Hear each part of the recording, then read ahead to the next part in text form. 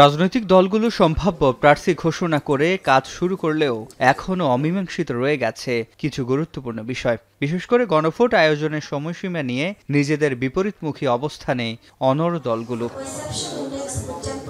বৃহস্পতিবার সকালে বনানীতে বিএনপির ভারপ্রাপ্ত চেয়ারম্যান তারেক রহমানের রাজনৈতিক চিন্তা ও নীতি নির্ধারণের উপর রচিত বইয়ের আলোচনা সভায় জাতীয় নির্বাচন নিয়ে উদ্বেগ প্রকাশ করেন বিএনপির কেন্দ্রীয় নেতৃবৃন্দ। দলের স্থায়ী কমিটির সদস্য খন্দকার মোশাররফ হোসেন বলেন, নির্বাচন নিয়ে সংকট সৃষ্টির চেষ্টা চলছে। দেশে কিছু ব্যক্তি নন ইস্যুকে ইস্যু বানাচ্ছে উল্লেখ করে নির্বাচন সফল করতে দেশের মানুষকে ঐক্যবদ্ধ থাকার আহ্বান জানান তিনি। এই নির্বাচনকে কেন্দ্র করে ষড়যন্ত্র হচ্ছে। এই ষড়যন্ত্র কিন্তু আমরা মনে করি যে এটা নির্বাচনকে হয় বিলম্বিত করা বা নির্বাচনকে বাতিল করে দেওয়ার ষড়যন্ত্র চলছে। এখানে কিছু দল যারা স্বৈরাচারী ফ্যাসিস্ট ছিল তারা কিছু পালিয়ে আছে, কিছু অন্য দেশে পলায়ন করেছে, তারা যে ষড়যন্ত্র করবে না এমন তো কথা না। আর এখানেও বাংলাদেশে কিছু ব্যক্তিরা কিছু ইস্যু নন ইস্যুকে ইস্যু করে এখানেও নানা রকমের সংকট সৃষ্টির চেষ্টা করছে। এদিকে প্রেসক্লাবে গণফোরাম আয়োজিত সংবিধান সংস্কার নিয়ে এক আলোচনা সভায় দলের আরেক স্থায়ী কমিটির সদস্য আমির খসরু মাহমুদ চৌধুরী মন্তব্য করেন, একটি নতুন গ্রুপ ঢাকায় বসে সারা দেশের জনগণের ভাগ্য নির্ধারণ করতে চায়। কিছু ওয়াইজ লোক, সো কল্ড ওয়াইজ লোক ঢাকা শহরে বসে বাংলাদেশের মানুষের ভাগ্য নির্ধারণ যদি করতে হয় তাহলে এই ত্যাগের তো প্রয়োজন ছিল না।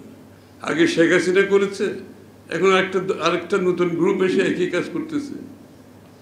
এখানে তাদের কি ম্যান্ডেট আছে? তাদেরকে কে ম্যান্ডেট দিয়েছে? নির্বাচনের দিন অথবা নির্বাচনের আগে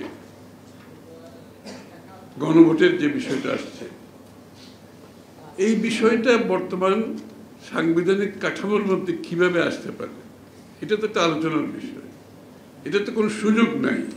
এদিকে যশোরে বিএনপির সাবেক নেতা তরিকুল ইসলামের মৃত্যুবার্ষিকী উপলক্ষে বিএনপি মহাসচিব মির্জা ফখরুল ইসলাম আলমগীর অভিযোগ তুলে বলেন, উপদেষ্টারা পক্ষপাত দুষ্ট হয়ে কাজ করছে। নির্বাচন বানচালের ষড়যন্ত্র জনগণ মানবে না বলেও উল্লেখ করেন তিনি। উপদেষ্টা মণ্ডলী সভা করলেন, সভা করার পরে জনাব আসিফ নজরুল সাহেব জাতিকে জানালেন যে বিষয়গুলো এখনো সমাধান হয়নি সেগুলো সমাধান করার জন্য আমরা রাজনৈতিক দলগুলোকে 7 দিনের সময় দিচ্ছি। রাজনৈতিক দলগুলো হচ্ছে তাদের হাতের খেলনার মতো, এটা ঠিক হয়নি। আমরা অনেক দায়িত্বশীলতার পরিচয় দিচ্ছি। আমরা এখন পর্যন্ত কোনো বিষয়ে রাস্তায় নামিনি, কিন্তু মনে রাখবেন বিএনপি কোনো ভেসে আসা দল নয়। এ সময় প্রয়োজনে রাজপথেও নামার হুঁশিয়ারি দেন তিনি। নির্বাচনের আগে গণভোট নয় বলেও আবারও বিএনপির অবস্থান জানান দলের মহাসচিব। আগামী পার্লামেন্টে চলে যাবে, সেই পার্লামেন্টে সেখানে নির্ধারিত হবে। সিফাত শাহরিয়ার, এখন, ঢাকা।